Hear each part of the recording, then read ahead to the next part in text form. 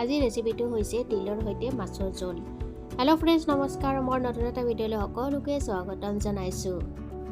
প্ৰথমতে মই তিলখিনি গুড়ি কৰি ল'ম আৰু এইখিনি আগতীয়াকৈ ভাজি ৰখা হৈছিলে। এতিয়া হৈ গ'ল আমাৰ তিলখিনি গুড়ি কৰা। এতিয়া 4 পিচ ৰৌ মাছ লৈছোঁ আৰু মাছখিনি মই নিমখ হালধি দি ভালদৰে মেৰিনেট কৰি ল'ম।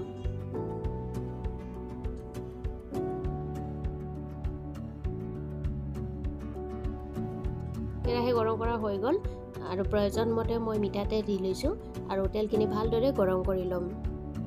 আৰু এতিয়া গৰম হৈ যোৱাত মই এপিচ এপিচ কৰি মাছ দি যাম আৰু মাছখিনি গোল্ডেন ব্ৰাউন হোৱালৈকে ভাজি ল'ম।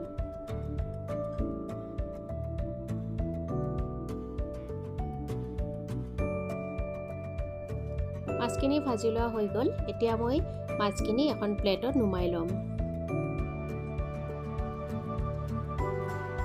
একেখিনি তেলতে মই জিৰা কেইটামান দি লৈছোঁ আৰু জিৰাখিনি ভালদৰে ফুটি যোৱাত মই ডাঙৰ সাইজৰ পিঁয়াজ এটা সৰু সৰুকৈ কাটি লৈ দি দিছোঁ।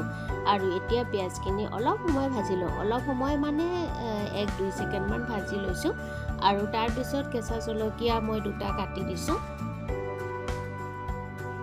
এতিয়া মই আদা নহৰুৰ পেষ্ট অলপ দি দিছোঁ আৰু আদা নহৰুখিনি মই একেবাৰে মিহিকৈ পেষ্ট বনোৱা নাই, জাষ্ট খুন্দনাটোত অলপ খুন্দি লৈ দি দিছোঁ।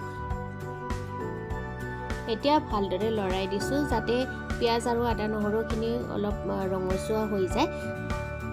এইখিনিতে মিডিয়াম সাইজৰ বইল কৰি থোৱা আলু এটা মই একেবাৰে পিটিকি দি দিছোঁ আৰু অলপমান ভাজি লৈছোঁ। আলুটো এনেকৈ দি দিলে আচলতে জোলকণ খাবলৈ ভাল হয়, অলপ গ্ৰেভি টাইপৰ হৈ যায় যে, সেইকাৰণে মই সেইটো দি দিছোঁ।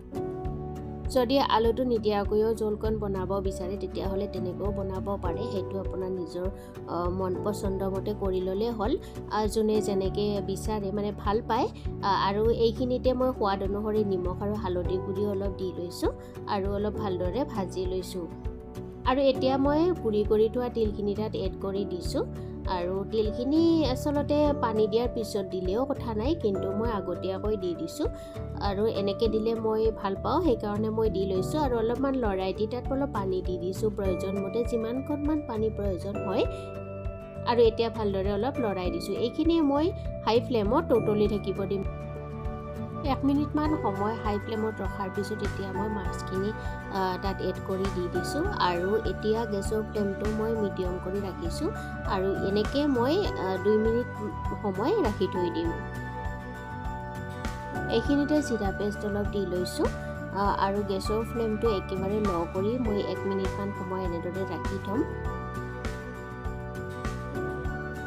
ৰেডি হৈ গ'ল তিলৰ সৈতে মাছৰ জোলকণ। আজিৰ ভিডিঅ'টো ইমানতে সামৰণি মাৰিছোঁ। Bye bye.